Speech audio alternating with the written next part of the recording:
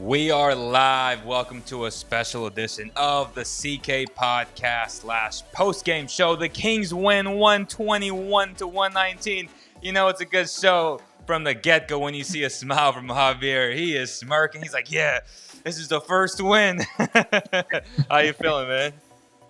I'm feeling good. That's the thing that's second to none is getting a victory, whether, we're 60-22 or 22-60. It was a good day, and, we got the win. Finally found a way to close it out, which we've experienced about 2-3 games in the last 2-3 weeks of just blowing it at the end. Good way to finish. And, De'Aaron's shown why he's a star and why he was snubbed at the All-Star break. Or, how many points has he had over the last 8-9 games? 28 on average with 9 assists.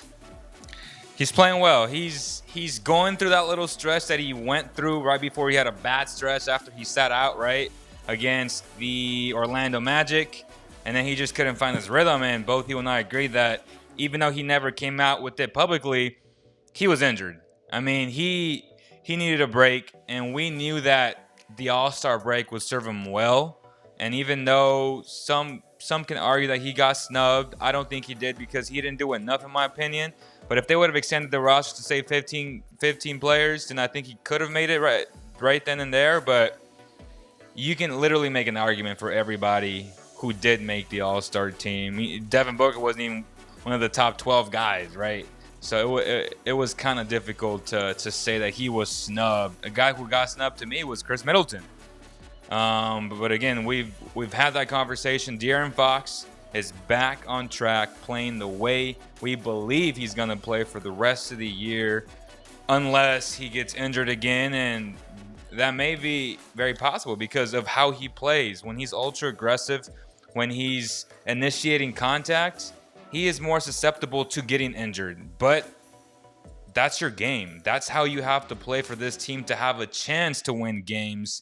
And he did a great job of that tonight, putting the team on his back, showing why he's an all-star type player already, with the promise of becoming a superstar if he can continue on this pace of, say, 28 plus, man.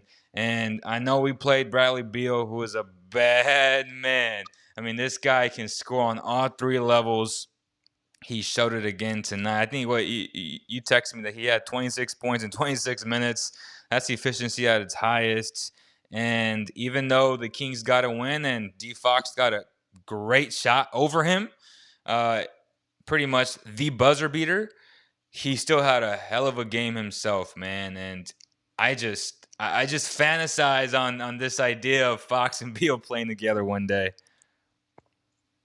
And I can't do anything but agree because I've posted that notion and, put the premise out there. You look at Bradley Beal, 29 points, 6 rebounds, 5 assists in 36 minutes played. And really, I think he would have went for 35, but you've seen Russell Westbrook try to become superhero in the fourth quarter like he always does. I mean, he was the one who committed the game-losing turnover, throwing the ball into no man's land into the Kings bench, rather.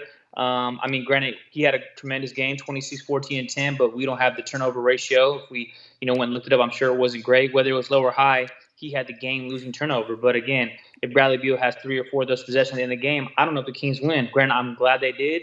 But again, when Kings fans, say, oh, Javier, Bradley Beal for Halliburton, Hield, and 2 to 3 first-round picks, this man had 26 points in 26 minutes played in his first 26 minutes of the contest, finished with 29, 6, and 5 in 36 minutes. You put that with De'Aaron Fox, Harrison Barnes, maybe when Bagley returns from injury, and Rashawn Holmes. I mean, that's not obviously you acquire some bench pieces, but I think that's a more than formidable team to get in the top 8. And one more notion I wanted to make is we played tremendous this game, but, fans are so quick to put Monty McNair on this pedestal, and I have nothing against him, but you look at Alex Len. You got him off the scrap heap in that deal that got rid of Devin. He had 13 and 12 tonight in 24 minutes. I don't know why we couldn't re-sign him to be our backup center. Hassan Whiteside looked good, but I thought of Hassan Whiteside, what big men do we have on the block right now that can come off the bench as reserve? I mean, Bielitsa is a stretch forward, but Alex Len's playing tremendous for a bad Wizards team, but nonetheless, he's a starter in this league, and he would have took a backup role here. Again, I just want people to understand that, and like when I promote, things that have players we signed here or make an acquisition, it's not to do anything but improve this ball club. And luckily, De'Aaron, outplayed their best player, but that's De'Aaron going for he had 29 tonight, 28, 1 rebound, but he still had 7 assists in 36 minutes. I mean, he has to play like that almost every night, and we won by 2. Exactly. And someone who stood out to me, obviously, we come up with these mock trades, and some people. I think that first initial trade that was sent to me was a combination of Bertans, Denny Advia, and Beal as the main components of that trade, and then it was like Bagley, Buddy, Tyrese, uh, and Code. And one thing I learned about Kojo, you were right about this. Next year's his last year. If you want to cut him, you only lose $2 million. So in a sense, it's kind of like you're getting an expiring deal. So his deal all of a sudden became good.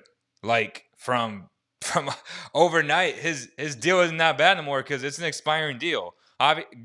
Granted, it's still a bad deal just in general and how it happened, but it's in essence an expiring deal, and the Kings might be able to move from that if the deal is right. Which I think any deal will be right if you can just get rid of him. It'll open up some space. I'm still disappointed with Daquan Jeffries not playing. And as much as I like Justin James, he's still not the caliber of player that Daquan is. To me, Justin James, as high as he jumps, as athletic and bouncy as he is, he's not a good finisher, man. And he, again, like, I don't want to be overcritical on him because he had a good game and he gave the Kings a nice spark off the bench. But what is it with Daquan not playing? He went from missing the whole year to then playing like 10 minutes to then starting to then not really seeing playing time no more. Like, why? Is this one of, the guys in the doghouse for Luke, or what is it, man? It makes no sense. There's 3 things there. I think for one, well, I have 2 questions for Kings fans, but I have 3 statements to counter that. For one, I think they're trying to, maybe this is stretched, but they're trying to showcase Justin James because they might try to package him in the back end of a deal. Number 2, Good point. Daquan Jeffries going from playing 40 minutes, from 10 to 40 to starting to now having a DNP. And I think consecutive games, if not, he's had that a few times in the last 5 to 7 games, is the problem and multitude of issues that they had with him in Los Angeles with Luke Walton's rotations consisting where you sitting there, on your couch looking at the TV, scratching your head. Is like, how is somebody of his production getting DNPs like over someone like Justin James, who's never proven himself to be a capable rotational player in this league? And no matter how bad you feel about Jabari Parker, he's a consistent scorer off the bench because the Kings talking about defensive liability. Well, the Kings are the worst defensive team in the league, and they statistically are the worst NBA defensive team in the history of this league. So I don't understand why he can't come provide some points and punch off the bench for us to put us in position to have some bench scoring. My 2 things I want to ask the Kings fans that are listening right now, and basketball fans in general, is would you guys consider what I said previous months? Why there were so much skepticism on my New Orleans Pelicans trade is that was the exact reason why I promoted that trade. They're going to get Joseph and Bielitsa or Parker and 2 to first-round picks or even a first for Ball and Redick, who they are not going to re-sign. They're not going to offer him a qualifying offer. They didn't give him the max in regards to Lonzo Ball in the situation in New Orleans. And Redick is definitely not going to be somebody that they're going to want to more or less bring back because he's a 35-year-old perimeter shooter that they're not going to give another contract to. Why wouldn't the Pelicans take the pick? Because either way, they're just swapping out bad contract for expiring deals or for players they're not going to keep. But Joseph, in essence, is $2.4 million cap hit if they buy him out, which is aspiring. I mean, $2.4 million in a first-round pick for Ball and Redick, who they're not going to be in the roster.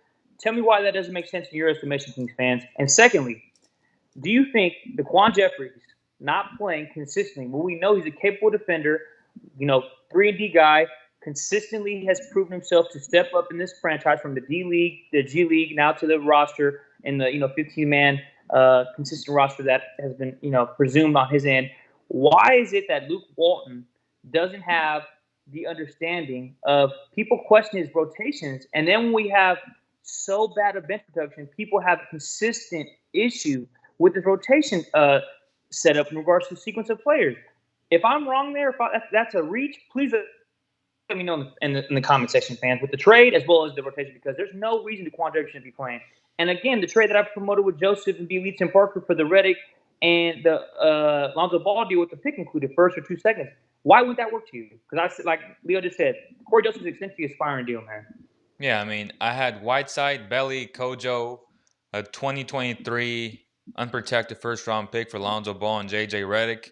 JJ's there for the Kings in terms of cap relief to be able to sign Lonzo and be able to match whatever he's going to get. I think he's going to get anywhere from 18 to 20, and that may be steep for a lot of fans listening to this, but I believe that's what his market is. He's playing really well the past, I'd say, 15 games or so. He's playing at a high level, shooting almost 40% from three, high assist, as always. I mean, he's such an amazing playmaker as it is. I mean, he's elite at playmaking, really good defensive guard, and that's not out of the question for me.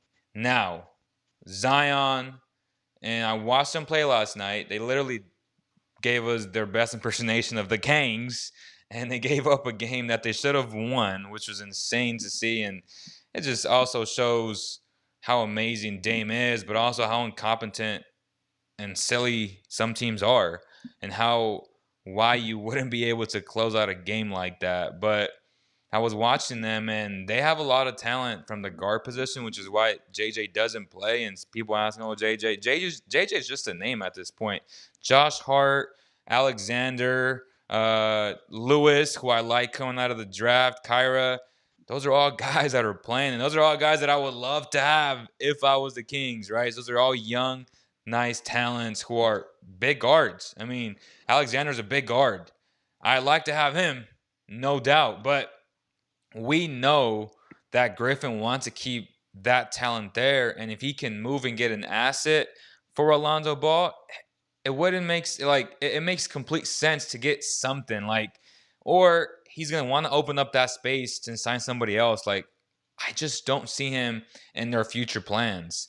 Like, I really don't. The more I listen to Pelicans people, like, the more it just comes down to it. And honestly, they're not gonna sign him. And if they do, then it'd be more of like that same mentality that both Javi and I had about Bogey, where you have to re-sign a talent and potentially trade him afterwards, right, to get something. But if you can get something now at the deadline and then free up that space, so you'd get an expiring Whiteside, expiring in Belix, pretty much an expiring Kojo, and the first, like, that's a win-win for the Pelicans. And obviously, the Kings get deeper. The Kings get rid of Kojo, and they get Lonzo. Huge upgrade there. And now you have a nice three-guard lineup who, again, a lot of the haters will say, not haters, but the people who are skeptical about Tankers. this will say, well, why would Lonzo come off the bench? And my thing is, well, why wouldn't he they if they give him a defined role and tell him you're gonna play 30 plus minutes a night, he's not gonna care about coming off the bench. He's gonna care about, am I finishing games? Am I good enough to finish games? And I just don't see how this three guard lineup wouldn't work. They can all play make. Um, Tyrese and Lonzo are or Tyrese is actually a good 3-point shooter already, but Lonzo is an improving set shooter, and he can play off the ball. Like, he doesn't have to have the ball. All three guys can push in transition, and they can all defend to some extent. It doesn't make sense not to play these three guards together. It makes complete sense having three high IQ players who can all play make. That's a no-brainer to me. But hey, huge shout out to Medici for giving me this shirt, man. And the message is, people are the best thing that can happen to anyone.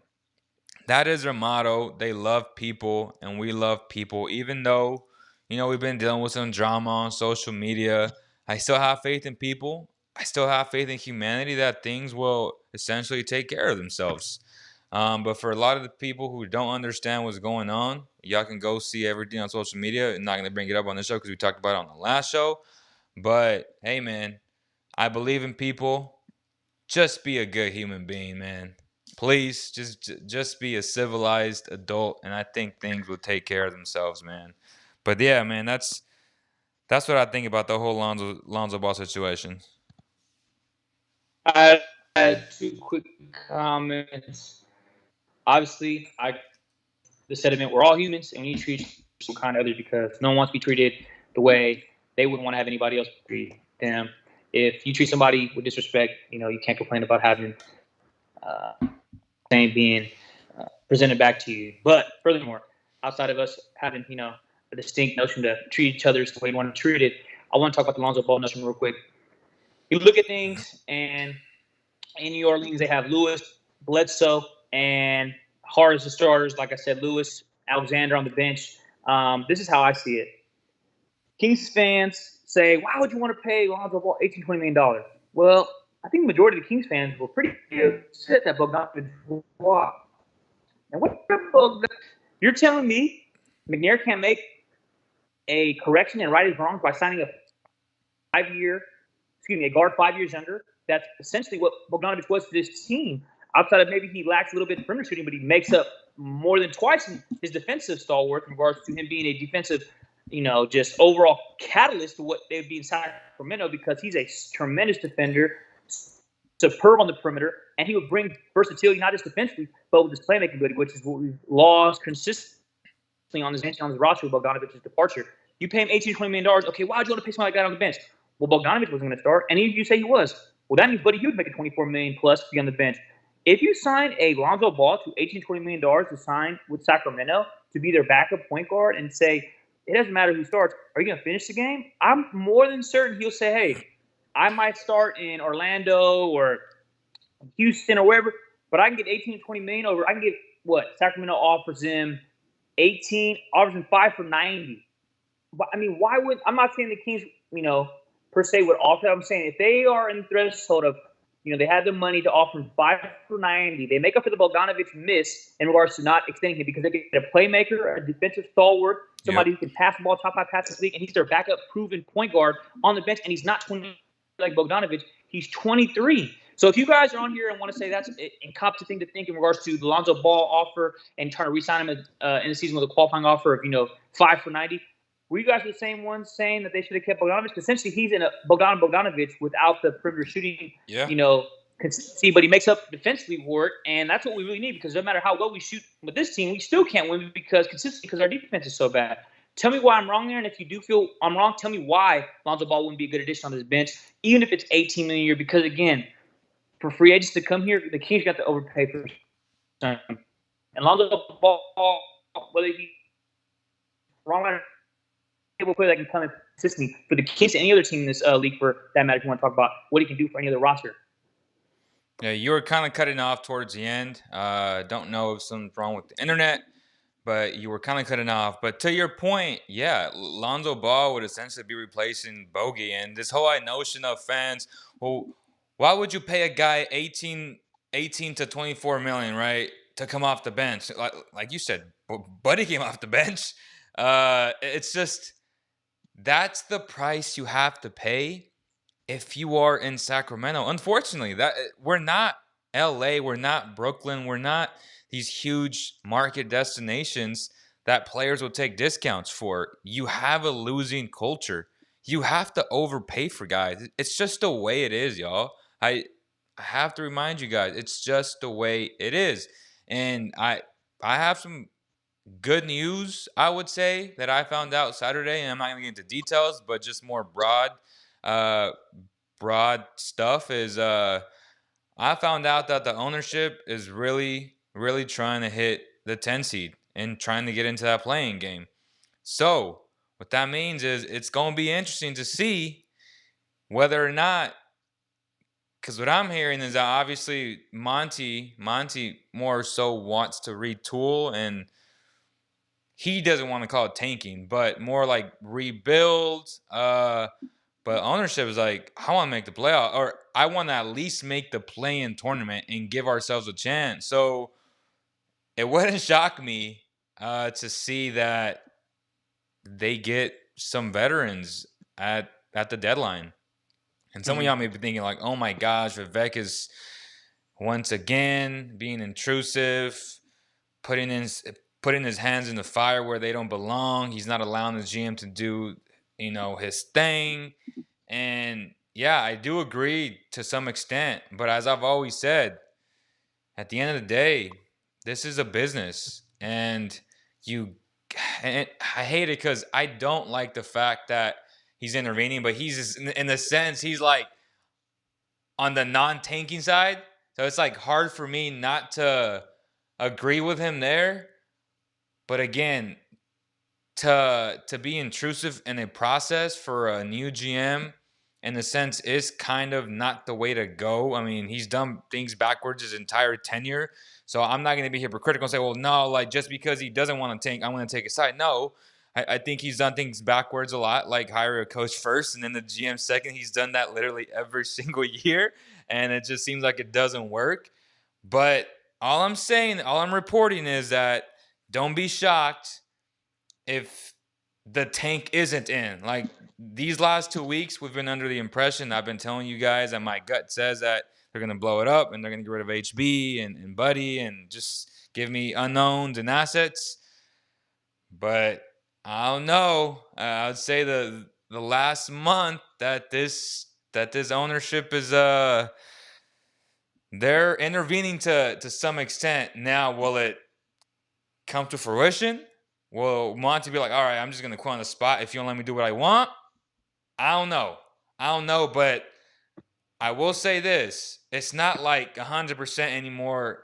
The tank is in. Like there is a slight chance that they could be buyers at the deadline and keeping some of the same components of this team and just adding to it more of a short-term play. But I don't know. What do you think about that, Javi? First thing, can you hear me? Yeah, better. Okay, so last thing I was making, sorry about the connection. I was saying what Lonzo Ball offered to a franchise in regards to him contributing to NBA roster here on out going forward in the future. What I have to say to this is that sounds good, Leo, but I disagree with you because I'm tired of having Vivek meddle with GMs. Whether I want to make the playoffs with the Right. entirety of who I am and from the bottom of my heart, I want the GM to be empowered to make all basketball operation Agreed. decisions. Agreed. For sure. For sure. And I don't care how bad Vivek wants to make the playoffs. He made this mistake and he buried himself into the ground with the decisions he made in the past and the choices that he selected. Now he has to find a way to climb himself out. And if he hired McNair to hire basketball or to be in charge of basketball operations because he hired him to make basketball decisions, let him do so. Whether I agree with it or not, I'd rather be a competent, organized, coherent, Yeah. all on the same page, inclusive, but one man runs the show organization to have this voice and that voice and the owner's voice and Joe Dumars and the side owner and the partial owner and the minority, all that. Not, I want Monty McNair to make the decision. And granted, I want him to go acquire Bradley Beal and Alonzo Ball and JJ Redick, but it's his call. And I don't want Vivek saying, hey, I don't care what you want, Monty. I want to make the 10th seed, so go acquire veterans. Now, if it's veterans like a 27-year-old Bradley Beal, we're talking a whole different thing. But if we're talking about going to acquire, like, let's just say a Kent Bazemore type player, or even a Trevor Reeves, or somebody that ilk, I don't want no part of that. And it's not because they're not good players or because they want help, because I want somebody that's going to be here for the long term, that's in their late 20s, early 20s, that has a deal that's going to be here for more than a year or two that we can convince to extend, or it's already going to be with us for the long term, but most importantly can make an impact for us from 2021 2026, from De'Aaron's window to being 24 to 30, not from 2021 to 2022. Whether McNair fulfills whatever Vivek you saying is reportedly saying that you've heard from inside the organization or not is true, I most importantly just want Monty McNair to make the decision because, granted, I would make choices now that would be different from what he's currently doing in the present time. But at the end of the day, I just want McNair to make decisions outright on his own. For sure. Yeah. Yeah. I mean, I agree with that, and that's why I'm like, I want the playoffs, but I also don't want him to continue to make the same mistakes, which is intervene into basketball decisions. I understand he's bleeding money and he's seeing a potential fans coming back, and I'm just trying to paint the picture for everybody. So I'm trying to recreate this. I'm Vivek, and I'm thinking, man, like the vaccine's going on. There could be a chance that fans come back, and it's very realistic for them to come back this season. And he's like, well, man, like I would love to have a play-in and potentially make and have an upset and make the playoffs. Like you're right, it sounds good, but at the expense of intervening and just not allowing your GM to make his decision, whether or not we agree with it, right? Then that may not be the best direction. And that may be another huge reason why this team continues to be the laughing stock of the NBA. But I will note this, though, about Vivek. Granted, Vivek did hire Mike Malone. Vivek did hire Dave Yeager. So, and those are the last two coaches that were like beloved, or I would say Mike more than Dave, but still, like those were his hires. So it's not like, and then Luke was Vladdy's hire, and George Karl was Pete's hire. So he hasn't really been kind of wrong, which is crazy to like say it out loud, and it makes me cringe a little bit saying it out loud because those were his guys, and other people, and he's very easily influenced. Other people, and that's how Mike, got fired, and then Dave later, and issues, things, guys put things in his head, and this isn't his business, right? Which he built. I mean, this guy is a mogul. I mean, there's a reason why he's a billionaire, right? So, but basketball isn't his strong forte, which is why he's been easily influenced during his tenure in Sacramento. And that's part of the big problem. Like, he guessed right with Mike Malone. Like, and then he guessed right again with Dave. But the same reoccurring issues of allowing people to whisper into his ear and him just listening to it rather than going with his gun saying, no, like, these are my guys. I'm going to stick with them. Now, obviously, that didn't happen. He gave Lottie, but again, he gave Lottie full autonomy. Like, he allowed him to fire Dave. He allowed him to hire Luke. He allowed him to draft Bagley over Luka. So I got to give him credit for that. Like, he at least allowed Vladdy to fail. And, well, Vladdy did fail. But, it's like going back and forth. Like, yes, he's done bad things, but he's also kind of, done the right things, but they just didn't pan out, bro. And I think this is what it comes down to. I think the same amount of good decisions and mistakes that Vivek has made are about, if not the same, exact amount that Vlade Divac made in regards to good decisions and bad choices and mistakes that he made in his tenure. And I think what this all boils down to, Leo, is everything that happened in the bubble last year with Luka Doncic playing as good as he did, and after they beat the Kings mightily, like in just tremendous fashion, and he said that was probably one of the worst games we played all year, and they destroyed the Kings. And I think Vivek looks at Vlade like, we got invited to the bubble to get embarrassed like this by a player that said we played horrible and we beat the Kings by 20. And he knows there's two things. Dave Yeager was a coach in the previous season that got them to their most wins in 13 years. And he and Vlade's first rift became evident because in the war room, Dave said, you give me Luka Doncic with De'Aaron, Buddy, Bogdanovic, Nemanja, Harry Giles, Willie Cauley-Stein, we're going to make the playoffs. And Vlade said, no, I'm taking Marvin Bagley. And he said, you're not passing up on a good player, passing up on a generational talent. But because Vivek said, I'm going to let Vlade do what he feels best for whatever he feels is the best decision going forward for the Sacramento Kings, I'm going to let him make the choice. And when he's seen the Kings look as bad as they did in the bubble and then how they regressed with Luke, he has a sense of, man, if we had Luka Doncic right now, whether he will admit it publicly or not, we'd be a top 6 team in this league with the De'Aaron and the Buddy and the Luka with, our forward would be Nemanja and Rashawn Holmes, and then our bench would, include like if they kept rather Gary Trent with Bogdanovic and Jeffries, or probably but he let Vlade make, but he let Vlade make that decision, bro. But what I'm saying is with the Jeffries and the Harry Giles of the world, what I'm saying is those decisions and the ramifications and everything that's been a result of that at this time stems on Vivek feeling a sense of urgency, like, man, we should not be this bad where we're losing in fourth quarter fashion to teams like the Hornets and being up by 15 against the Hawks and losing by 20 and 8 and 15 respectively, so on and so forth, etc. at this time, when we knew if we had Luka Doncic, we'd be a top 6 team in the West. And I feel like he's putting strain on himself to rush the process of making the playoffs. And granted, I want that more than anything. I know Vivek wants to be contending, but you made these mistakes. Like I said, you got to find a way to climb yourself out of. McNair is not part of the mistakes that's been made, but he's obviously a part of this organization, and all of that is going to be on his shoulders to fix it. But the past 15 years isn't McNair's fault.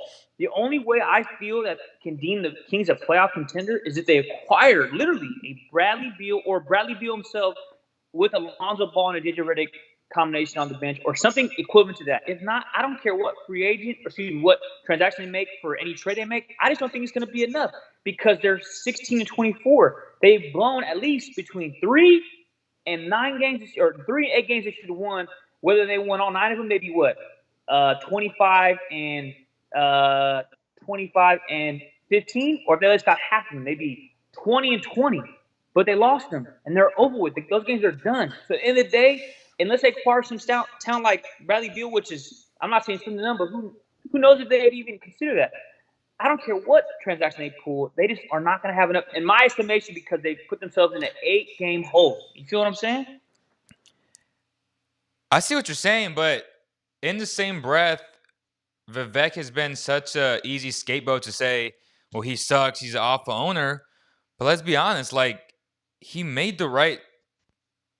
He trusted the process of allowing his basketball people be basketball people. They just failed. And now he's like urging, oh my gosh, like, I want to make the playoffs again. So he may make a mistake again because the first time he trusted somebody fully, he failed him. And now it's like, well, do I continue to allow Monty to be, Vlade? Like, and again, it's not fair to Monty either. But again, we're just going back and forth. But I think Vivek has improved as that guy, as the owner, but he just bet on the wrong horse, right? He bet on Vlade. And someone said that Vlade hired Dave. That is not true. I can confirm that. He did not hire Dave. That was Vivek. That was Vivek. Yeah, Someone in. that was Vivek. Yes, I was obviously because Vlade would notoriously say, "Well, that wasn't my guy." Like the day of his press conference, like he wanted his guy, and he kept saying, "Luke is my guy." So it's just tough to say. Like both you and I want Vivek to allow Monty to have the best chances, the best opportunities to fail or to succeed. And that's just the optimist in us, right? To say, man, like I think he's gonna succeed. He drafted Hallie, he tried to get DiVincenzo, but yet we're on the fence of like, man, like I really want to make the playoffs. Is this the time for him to intervene? You know what I'm saying? Like, is it time to say, nah, like I want to make the playoffs, even if it's a short term thing. I just don't know what that means. Like, who does he have in mind if, in fact, he's going to intervene, right? Or are you going to let Monty do what he wants? And I just feel like if it was up to Monty, he would be calling Danny and saying, all right, I'm ready to trade HB, right? But then you see all these reports of you need to have a substantial return for HB. There's a lot of smokescreen going on, like big facts. But what's it going to be? Are we going to continue to criticize him because he does intervene or because he intervenes? Because he's done both. Well, yeah, this is how I see it. That's a good thing, though, if they're going to say, I want substantial haul back for Harrison. If I'm the Kings, I'm offering Harrison, and I want back Marcus Smart and 2 of those 3 young prospects in the first, and whether they like it or not, oh, well, just take what you got. You guys lost to you lost to Cleveland Cavaliers tonight by 7. But this is what I want to make prevalent about Monty McNair and Vivek. We cannot compare. Again, I agree with you on this because Vivek hired McNair. He's on the job for 7 months, brother. Vivek hired Vlade. He got about 3 to 4 seasons to run the operations in Sacramento. I'm not putting McNair in any category of Vlade right now, not because of decisions he has or has not made, because he's been on the job for 210 days compared to Vlade, who had 3 to 4 years to try to turn the thing around. Whether he tried as hard or not, he did, but he made some mistakes, and the costly one obviously is Luka Doncic not being selected. But we also have to understand this. Vivek didn't let the basketball guys make the decisions for him in the past, whether they let him or not. He let a Chris Mullin run Mike Malone out of here, which was, whether it was a basketball guy or not, that shouldn't affect the way he made the decision, because DeMarcus doesn't get that stomach virus, and the Kings were on a roll that year with Mike Malone, with Rudy Gay and Rondo and all that. They make the playoffs that year, but they panicked because they went to 12 and 18. I think lost like 7 straight because he had the stomach flu. I forgot the name, but it was just he had a really bad stomach flu, and then okay, Mullen really was trying to make his own path and his own way to become the head coach. Because if you look back in the reports, he was trying to become the head coach himself, and he told, "Hey, fire this dude Malone. Vivek, he's not fit and he's making bad decisions and making bad choices, and not doing the right thing. I can come in here and tell you to fire him because that's the right thing to do. Because he's really trying to make his own way to create his path to be the head coach of the Sacramento Kings, whether he realized it or not. He ended up leaving, and him and Vivek, whether they fell or not, Mike Malone's fired, and Malone's no longer part of this organization at any time from then to now. And to point out that that's what people helped him with decisions. That was a decision, and Mullen cost Mike Malone his job. Vivek had that cost him a great coach that's doing and thriving in Denver right now, doing what he's doing with the Nuggets. And the day it was a bad decision. Now we look at current time. You put that back then, that was a choice and led to them not making the playoffs, which was a horrible decision in my estimation. Because who's Chris Mullen? A great point guard, great player for the Golden State Warriors TMC. But in the day, that was a bad choice, bad decision. I just hope Joe Dumars. My point is this: is not having an effect the way that Mullins did on Chris Mullen had on Sacramento Kings and Vivek, the way that Joe Dumars is doing, or I hope is not doing with Vivek right now in regards to Dumars making anything for better or for worse, doing anything at all or anything indifferent, because I want him no part of any basketball operations decisions. He's an advisor, whatever title they have for him, senior advisor. Yeah. Any day you're not the general manager, brother. You're not. I know you were a great general manager in Detroit in 2004, but it's 2021, and no disrespect, but in the day, the GM is Monty McNair. Joe Dumars is not the assistant GM. He's not the person in charge of player personnel. He's not the head scout. He's not even in the scouting department. He's like the senior advisor to the owner, whatever it may be. You're not the GM. I don't want you going ahead and trying to have any influence on what the Kings are doing with Vivek and his decision making with Sacramento Kings, because Vivek or Monty McNair do that. And granted, if the Kings want to sell the Barnes and the Heels and the Holmes of the world, that's their decision. But I hope they get competent assets and they get multiple young players that they can try to hit one or two of them on each or one of those deals, however many they make, and they get draft picks back. I don't want them to do that. But again, there's smoke screen. Where there's smoke, there's fire, whether that's true or not, especially with this Barnes deal to maybe Holmes being flipped to Brooklyn or Hill being sent to Philadelphia, etc. Just make sure it's a deal that's going to have us at least be competitive now and maybe push for the play-in tournament, or be competitive in the future and not have De'Aaron, who's the most important figure to this whole thing, not be a budding star in a year or two where he's like, you know what? I'm demanding a trade and I'm posting it so everybody knows it. I'm not just going to have you guys know it. The whole world's going to know about this clown show going on in Sacramento. That's the last thing I want. You know what I mean? Like, at the end of the day, we got to make sure De'Aaron's happy. We got to make sure that he wants to stay in Sacramento, because we need to make sure De'Aaron Fox is a stalwart of this franchise going forward for the next 10 to 15 years. You feel me? Yep. And then Kings fan since 85 says, I bet Joe Dumars is making the decision behind the scenes. And again, that's what me and Javi are saying. It's scary to think that Joe Dumars could be a polarizing figure, and Vivek, again, as I stated earlier, he can easily be, he's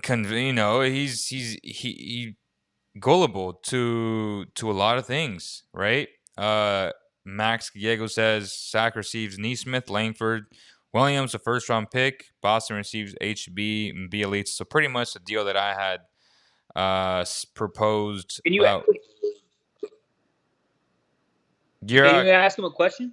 What if we put in Holmes and they included Smart? Do you think he'd do that? Because who's going to be their big man outside of Tice? I'm just saying what the fan would think of that and what you thought of that. If we threw in Holmes, we got back Smart. I mean, because if they're going to get rid of Harrison Barnes, the playoff hopes are over, in my estimation. Jeez, though, but like, who's gonna? But then you get what I'm saying, though. Like, why not? No, but then who's gonna replace Holmes in free agency? Nobody. I mean, at the end of the day, if they're getting rid of Harrison Barnes, that means they're not gonna re-sign Holmes anyway. You think they're the same age, brother? That's what I want to see what the fans' perspective is. If you're gonna do that deal with Williams, Langford, Naismith, the first for Barnes and Bielitsa, throw in Holmes, add in Smart, because if they're gonna trade Harrison Barnes, they're not gonna keep Rashawn Holmes. Yeah, they will. It's different because Marcus Smart is under contract. Well, why would they keep? But you're saying they would, but they're the same age. They're the same age. Yeah, Because how are they? but one thing has nothing to do with the other though. No, but what I'm saying is they're gonna let go a starting caliber power or small forward and then keep their starting center Yeah. because of what? A cable, but why? Because they're like it's not like the timeline is 21, 23, 19. Yeah, That but you age range. can't But have a De'Aaron's bunch of 22. no, but you can't have a bunch of 23-year-olds roaming out there and just building bad habits, building this bad culture. You have to keep a competent veteran on this roster who is above average, and I'm not saying I think Holmes is really good. So you have to have that type of presence regardless of what happens. Like you just cannot roam and go with a bunch of kids out there. That is a recipe for disaster, and I will be the first to call for Monty's resignation, man. Like I would not want that. That would be a And joke to me. Like that would be a and joke I to me. 200% agree. And Like, I 200% agree with you. But I'm saying I don't want that to happen either, Leo. I 200% agree with you. But at the end of the day, what I'm saying is they'd say, okay, Robert Williams can plug and play the center. We can play Bagley at the 4, or vice versa. That'll be that, and we'll just let the young guys play between De'Aaron being 24, Marvin being 22, Halbert being 21. We got Naismith, we got Williams, we got Langford. yeah, Langford can play center. but if you get smart, you got Romeo, you got Neesmith, you got Halliburton, you got Fox. Now you have a conundrum at the guard wing position. And if your idea is to develop Langford and Neesmith, then that's counterintuitive to what you want to do. So that makes no sense to me. And then you become ultra thin at the big because you can't trust Bagley. I mean, again, he's injured right now, and who knows when he comes back. That would make no sense to me. And again, I love Marcus Smart. Like Marcus Smart is just a stud. He's one of the most underappreciated players, underrated players in the league. But so is Rashawn Holmes. He's also one of the most underrated players in the NBA. So I feel like the Celtics would honestly love that, but man, I just don't see how that works for the Kings, because if your idea is to rebuild and lose, but then you're not you're gonna give Marcus Smart 30 to 35 minutes a night, bro. I mean, let's be honest. I mean, this guy's a dog, and he's gonna take minutes away from Romeo and from Neesmith. It's just no, like if you do that deal, you're doing it without Holmes, and if you trade Holmes, it's going to be in a separate deal. Maybe to Orlando, Buddy and Holmes, or somebody else. Which I'm not a big fan of Aaron Gordon, but I understand that he's a young player still, age wise, but he's been in the league a long time. Age wise, he's still young, but when I watch him play, I'm not I'm not impressed by this guy, man. I mean, yes, he's a good dunker on All-Star weekend, and then he was a good defender, but he's been awful lately. He doesn't have a consistent jump shot. He's not Harrison Barnes, unless it just clicks like it did for Harrison Barnes. But even then, Harrison Barnes is just a consummate professional. He's always been a winner. I don't know, man. I mean, those rumors have been thrown out there about AG coming here. Obviously, he's a San Jose cat, but do you do you do that? And then you're saying, well, Bagley's gonna get cut time at the power forward position because he for sure ain't no small forward. Like Aaron Gordon's a power forward, so there's just a lot of things where the smartest thing for me is to if you did get if you do get Robert Williams, who again, a lot of Celtics fans like him, and there's people on Instagram who like him, and I've been watching him lately a lot. Actually, only 6'8" though. He's little, but he's not bad defensively. He's gonna get better, I hope. You have something there with Holmes and him. I mean, he's still under contract, but it's not a bad thing. And then if they get a high draft pick, then you got Bates coming out of USC. Who knows, man? But to me, I don't want him.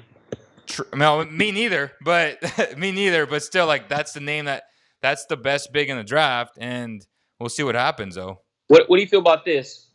Gordon's 25. They could say we're going to play Bagley at the 5 and put Gordon at the 4 because he's only 25. We want to consider that. But would you consider Nikola Vucevic right now, even at 30? That Oh, well, Barnes, duh. I or not even mean, Barnes. If you get rid of Barnes, you put Buddy Hield and Rashawn Holmes for Nikola. Would you do that, or that's just because he's too old rather in regards to his timeline currently on hell the? nah, man. If you get a Vucevic who's an all-star, Will duh. they do Like, that? I mean, I Would they do do that. Buddy and Holmes for Nikola? Would the Orlando Magic do it though? We'll do what? Would they do Buddy and Holmes for Nikola if they're trying to more or Nah, less it'd be tank like or whatever? Buddy Holmes and like 2 first-round picks. Okay. I mean, I don't know how Orlando thinks because they're very. I No, mean, they're like us. They're like us if to the they East Coast. no, I know this. If they will get rid of Vucevic, it's gonna be a haul, brother. They're asking for a lot. Well, they're like us to the East Coast in a sense, like the Wizards and them, like in regards to But like they've been we just don't know decimated with how they think. injuries though. Like Oh, I know. All their so guards have been hurt. They they'd be have in the Anthony playoffs Sun right hurt. now. Like they'd be in the playoffs right now. So they're not like You think us. so? I know so. I No, mean, I'm not talking about what their currency. I'm talking about their last 10 to 15 years have been oh since yeah, for they made sure. that finals experience against Kobe Bryant back when Bryant beat them in 2010, I believe 2009, with that Dwight Howard stuff. They haven't had consistency in the front office since Dwight Howard departed after that finals loss. So I was just saying that recollection to how we are out here in Sacramento. Not as of late. Yeah, their roster I think is better, but if you look right now, not Orlando currently. I'm looking at if you look at Boston's current lineup. I mean, Robert Williams, like I said, he's 6'8". I mean, you want to make him somebody that's obviously a centerpiece to the deal. Came out, he's a 2018 first round pick, 27th overall. He's averaging 7 and 6, 1 block a game. He's 23. Langford. I already know what Marcus Smart provides. I'm just trying to see, like, if we were to flip somebody like Harrison, you go look at other players. Like, so are you starting him or are you starting Langford at the center? I'm assuming you're starting. Let me see, Langford. Are you starting him or are you starting Bagley at the 5? That's what I want to know.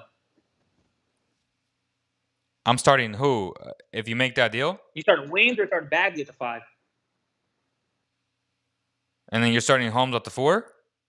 No, what I'm saying is, do you put who you put on the bench is what I'm trying to really get to. Are you putting Bagley at the 4 still with Holmes at the 5, or are you putting Holmes on the bench because you're not going to extend Holmes and have him be a bench player? That's what I'm saying. Are you trading for Robert Williams to be your backup center, Yeah. or are you putting him to your starting 4?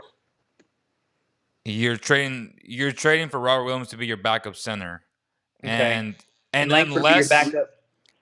Just like the Kings signed Holmes to be the backup or like the third string guy, and we saw what ended up happening. He outplayed the guy they paid, which was Dwayne Dedman, right? He outplayed him in the first game. We're like, oh shit, the Kings made a mistake, right? Sign this guy to $13 million per season. So if something like that happens, right, then which I highly doubt would happen because Rashawn Holmes, I feel like, is going to get better, and he's been balling as of late because now his usage rate is getting a little bit higher. They're using him a little bit more to score. They're putting him in a better position to patent his stats. So, and then with Rashawn Holmes, man, there is this notion, and I know Kingsland, my guy, why I'm slipping on his name, but he pretty much put a long post on Kingsland, which is a great Facebook group. Everybody gets along there, and good to see. everybody gets along. Like, everybody doesn't agree, but we can all have different conversations like this where he's not pro Holmes. He's kind of, I would say that he doesn't really appreciate what he does. He says that he's too small, that he gets bodied by the great centers and blah, blah, blah. And then he put up all the stats. And you got to take all those stats, though, like I told him, with a grain of salt, because I looked up the stats on B-Ball Index, and Holmes guards roughly centers about 50% of the time, power forwards about 30% of the time, and then Bagley guards more centers at 33.4%. And that's what I brought up. Like, you have to take into account that all these starting centers, like the Jokers, like the Embiids, like the Vucevic's, they have to earn their points against Holmes. Yes, he gets scored on, but they score on everybody. How do we know just by just watching games that the majority of their points didn't come against Bagley, which is a high Yeah. possibility? How do we Hmm. know that every time Buddy, Fox, Bagley get beat, guess who has to step up and rotate? Rashawn Holmes. And then guess who's not sliding over and rotating for his Bagley. guy? Everybody else. And guess who looks bad? Rashawn Holmes. Rashawn. Because So Rashawn's trying to. Yep. Rashawn's those trying are to help the part help. of, Yeah. and that's part of the context that I try to comment on this group. It was like, I get it. He's small. He's not your typical 7-footer, but let's not act like these guys aren't the focal points of their offense. Like Hmm. Vooch, Embiid, and Joker, those are all stars. Like Yeah. they are the offense, and Hmm. they're going to produce no matter what. Yeah. And I just hate how a lot of people want, oh, well, Whites. I'm like, dude, Joel Embiid was licking his chops like barbecue chicken. Oh my God, Whiteside's in the game. The first 3 possessions he got scored on. He drew like 2 fouls. Same with Vooch. He allowed 3 straight jumpers on Whiteside. Like, I get it. Old school fans love size, and that's just the way it is. But he But moves I like an astronaut want out there. defensive versatility, bro. I mean, Hassan Whiteside moves like an astronaut out there. But what I'm saying is, competent defenses, Rashawn comes to help, but the helper is the one that's looking bad because when he KC, comes to man. It's help, it's there's no it's helper helping the help. You it's know what I'm my saying? Like boy KC, by the way. Casey Yost. Yeah, KC Yost. What's up, Casey Yost? You're from Bagley, my hometown. I think we have mutual friends, man. Nice, actually. Is he, commentator, he's calling in. No. So he's the one that he admits that Holmes is good and that the Kings won't be able to get anybody better, but he's very skeptical on the price, and that's where he brings Mm. up all these big names that score on Holmes. But I'm like, bro, like Yeah. that's not 100% on Holmes. Like those stats But aren't 100% on Holmes, though. and everyone listen real quick, including Casey. I'm gonna consider you a mutual friend. The reason why Holmes might look bad is because he's coming to help, but you have to help the helper, and because Bagley doesn't rotate to help the helper, which is Holmes on the perimeter, it leaves the void to the center and the interior because Bagley's not paying attention. Because Holmes is the most athletic big we have to come play and guard defensively any perimeter guard or any wing on the perimeter, 3-point line, etc. Because he has that athleticism. But when you don't help the helper, like Bagley should, that's what leaves the void and leaves the center to score, makes Rashawn Holmes look bad, quote unquote. But secondly, I'm glad that we don't have people calling him or anybody else on that Facebook page out their name for saying Holmes is the bad guy because, everyone can disagree and that's fine. And I want to point this out to everybody who says that whether, that's ridiculous or not. No, it's not ridiculous. But again, let's take into account this. Rashawn Holmes had 18 and 7 in 26 minutes tonight. If Rashawn Holmes played 35 minutes tonight, I think he'd average close to 20 and 10. I think he's averaging right now, 15 and 8. I mean, he played 26 minutes, had 18 and 7. And he played tremendous defensively, especially when he had to have Barnes at the 4. I mean, I'm not saying he's a top 5 center in this league, but let's not discredit him being a top or bottom 10 center in the league. I think he's at least within the top 12. And that's maybe, I'd say top 8, top 12. I'm not saying he's some all-star player, but come on, All man. right, all Rashawn right. Holmes athletic enough to play on the perimeter Yeah. defensively. So let's actually, what are we at? We're at 53 minutes. So let's discuss Casey's Rashawn Holmes overview. He put up the stats: 13.5, 8.7. This is from a day ago. 1.8 assists, 1 block. So he put up his stats. He said, those are very solid numbers. Backed by hustle and heart makes Holmes a fan favorite this season for obvious reasons. Holmes is 8th in NBA field goal percentage with players that have played at least 20 games this season and 9th in BPG with the same criteria. I think it's fair to say he has mastered his floater that seems automatic at this point and fits very well next to Fox, allowing him room to get to the rim and dump it off to Holmes for that automatic push shot. Holmes is 27 years old and is also a free agent this upcoming offseason. The most common debate in Kingsland recently is how much Rashawn Holmes worth. Should the Kings trade him in the event he doesn't resign? And is he a starting NBA center on a winning team? I can answer that real quick. Yes. Well, you might ask, why wouldn't the Kings do whatever they can to resign a player that has these numbers and is a great team player? Question mark. Let's break that down into 3 categories: money, size, potential. Money. Rashawn Holmes is unrestricted, meaning that that the Kings do not get a chance to match any offer. Unlike Bogey, who was restricted, the Kings have a chance to match the offer Bogey received. Holmes is playing the best basketball of his career. While he is 27 years old, he's also currently on the biggest contract he's ever received, 2 years, 9.7. That's not exactly a big contract by NBA starting player measures. This leads me to believe that coming out of his best year, he will look to make the most money that he possibly can as an unrestricted free agent. A smart person would sign the highest offered 4-year contract available. This should worry you as a Kings fan. The Kings do not have the flexibility to overpay again on any player right now. I know it's a great thought to think Holmes is a good guy.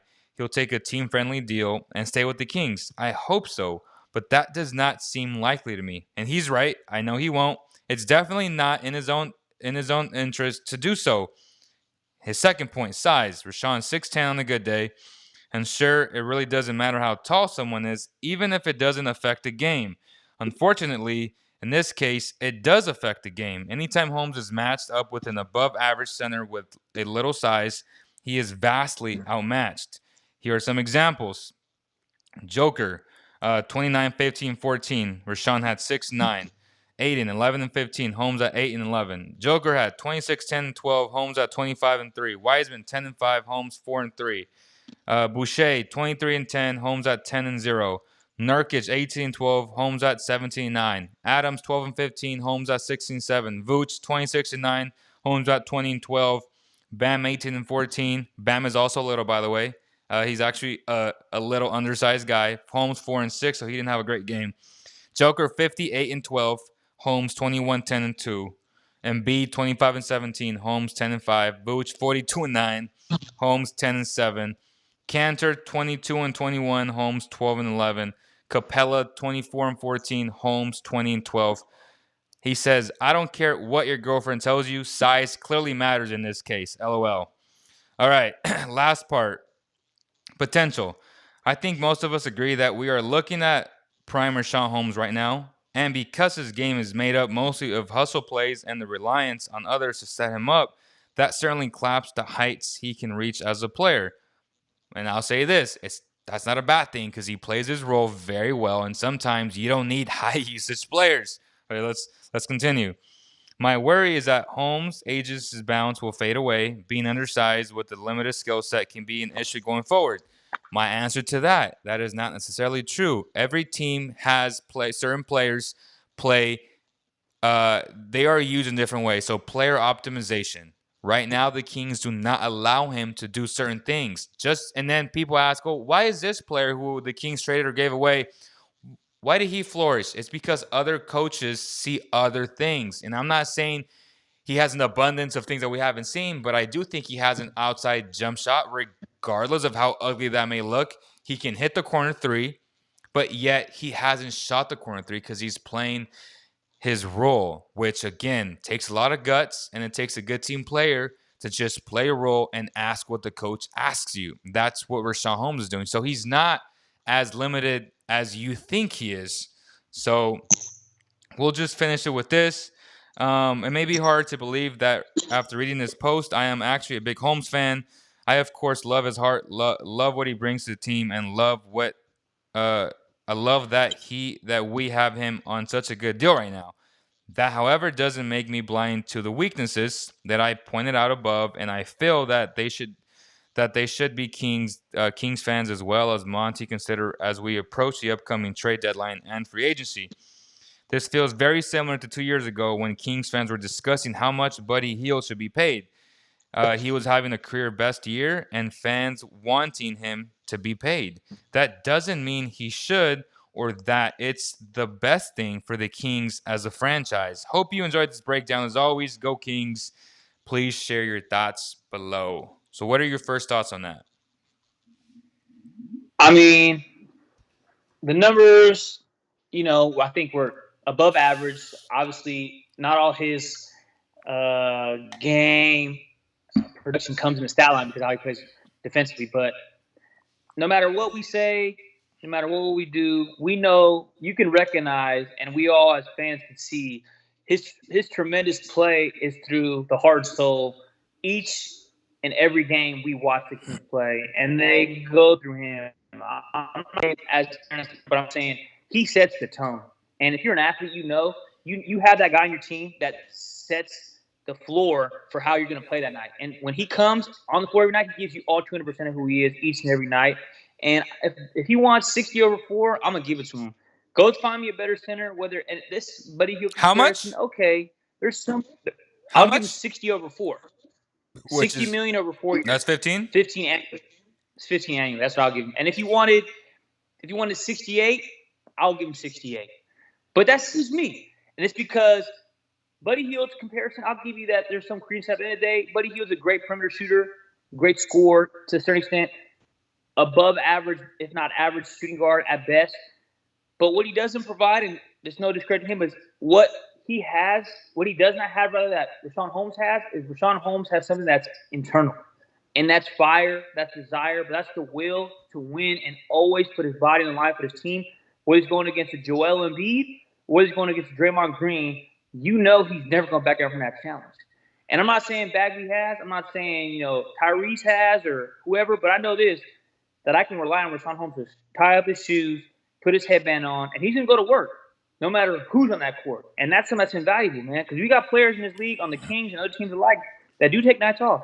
Whether you want to admit it or not, that's the truth. And I've never seen Rashawn Holmes in all his time here, from all last year and this whole season this year, ever take 1 second off. And, it's hard to find that in Sacramento, especially if the guy wants to play and be in the 916. Facts. Again, the stats, the optics of those stats don't look well to the casual fan, but when you actually use the film to go along with everything that we said, which was, hey man, this team is awful defensively. They're awful on the perimeter. Even a guy like Fox, who gets beat a lot, who gets caught ball watching a lot. And it's crazy because we think of him as a good defender, but in reality, like, first 3 quarters, he's not very good. And when it gets down to it, when he wants to be great, he is. Like, he's so fast that he will stay in front of you and be a pest. But again, it's very difficult to be great on both ends because you're exerting so much energy, and he already does so much offensively for this team. When he's not rolling, team's not rolling, and that's a fact. So we give him a pass there. But still, let's call it the way it is. Like, Bagley, Buddy, both negatives on defense, and they put Rashawn in very tough situations to be guarding 2 guys at once, essentially, and then his guy ends up scoring. So yes, optically, the stats don't look good, but it's just the things that don't show up on a regular box sheet, man, that he just does things that helps win games. Like, when he wasn't playing, Kings are getting blown out. Just imagine, again, to your point about earlier about trading him or just allowing him to walk. They're not gonna get the guy from the Cavaliers that was on the Nets. Like, the Nets are gonna re-sign him. They're not gonna get the guy from the Knicks, the big, tall, second-round pick. Robinson? Yeah, so who are you gonna replace him with? Like, it's nonsense to me. And what I would do is front load the contract and give him a 2-year deal, 32 or even 36 million at 16 to 18. But if it's 2 years, then you can reassess moving forward and say, well, if it doesn't work out, if he does digress, which I highly doubt, then you have flexibility. And that's what Monty is all about, flexibility. And that's what fans don't understand. Like, well, he's getting paid too much. Who cares? If it's a 1 or 2 year deal, it doesn't matter how much you get paid, because once that expires, that money comes back to you and you're able to use that money again. So that's why I'm such a big guy on front loading contracts on short-term deals. And if you think about all these deals, even Kojo's, in essence, it was a 2-year deal, because the 30-year is only $2 million. And that's a huge shout out to Ken Canella, who's the math wizard out there making all this happen. Like, all those free agents that they signed, Trevor, Dedmon, they all had like that team option, which was like the 3rd year. They were very expensive, but it was to create flexibility. But the question is, why would Rashawn accept a 2-year deal, say at 16 mil, when he can get a 4-year deal, say at 60? He's making more money in the long run. And so it just all depends on him, right? And I think for the Kings, it'd make perfect sense for them to go short term. But again, would Holmes want that? To me, I wouldn't put disrespect if I was Holmes, because I'm not offering him 2 years 20. I'm offering like 232, which is 16 per year, which is not bad.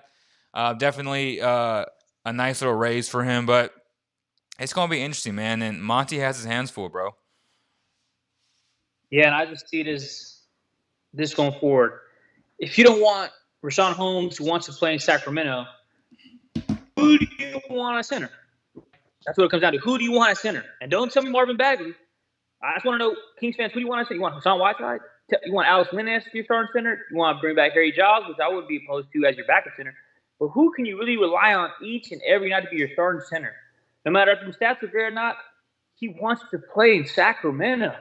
And whether we give him 68 over 4 or even, 60 over 4, whatever it may be, 64 over 4, you might consider that overpay. Again, you have to credit the source, the team, organization, the city.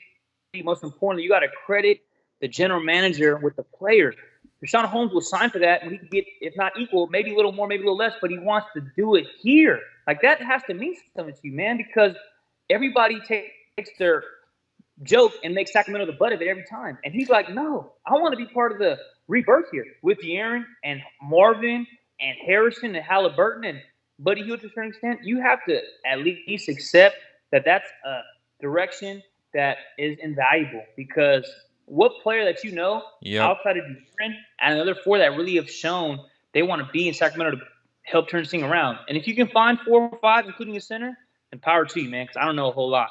Yeah, and to answer Javad and Isaac, they're essentially saying, well, Isaac said he can set the tone off the bench or at the 4. Doesn't have to start to show that. And then Javad says, I think that's applicable to Buddy. I don't know about Holmes. We use him perfectly. A lot of it, too, is a scheme. The Kings switch a lot, which they don't have the athletes to do that. And I don't understand why they don't see that, which is insane to me. Like, they're not the Raptors that could be able to do something like that efficiently and effectively, which, again, puts Rashawn in a lot of situations. Rashawn's very good at that because he can switch on to guards. But, again, it's the helper that when he does go onto the guard, who picks up his man. And that's when you have to realize, like, those guys are scoring because our guards are incompetent defensively. And I'm not trying to throw them under the bus, but that's just a fact, bro. Like, that's just what they do. Like, this scheme isn't meant for this team. This scheme, like, Buddy's not very athletic, and then Bagley is athletic, but he has bad hips. He doesn't know how to, like, actually use his size and athleticism. He's just not smart enough to recognize certain things, and then that puts your best defender in a very tough situation. And you're right, it doesn't help that he doesn't have the size. It doesn't help that he's not Rudy Gobert. But guess what? All these great defenders in the regular season, like Gobert and, say, Dwight Howard or I'm thinking of, like, big guys who are slow, like Drummond. Guess what? They're not playing big men in the playoffs. And again, we have to wait till we get to the playoffs. Rashawn Holmes, any of these championship teams, they would love to have Holmes because he's reliable. He can switch on to guards, and you go small in the playoffs anyway. So that's why he's so valuable to me. And to preview on the notion is that when we have Rashawn Holmes who can cover so well defensively and guard the perimeter against guards, the game against Denver, which, Jokic had 50+.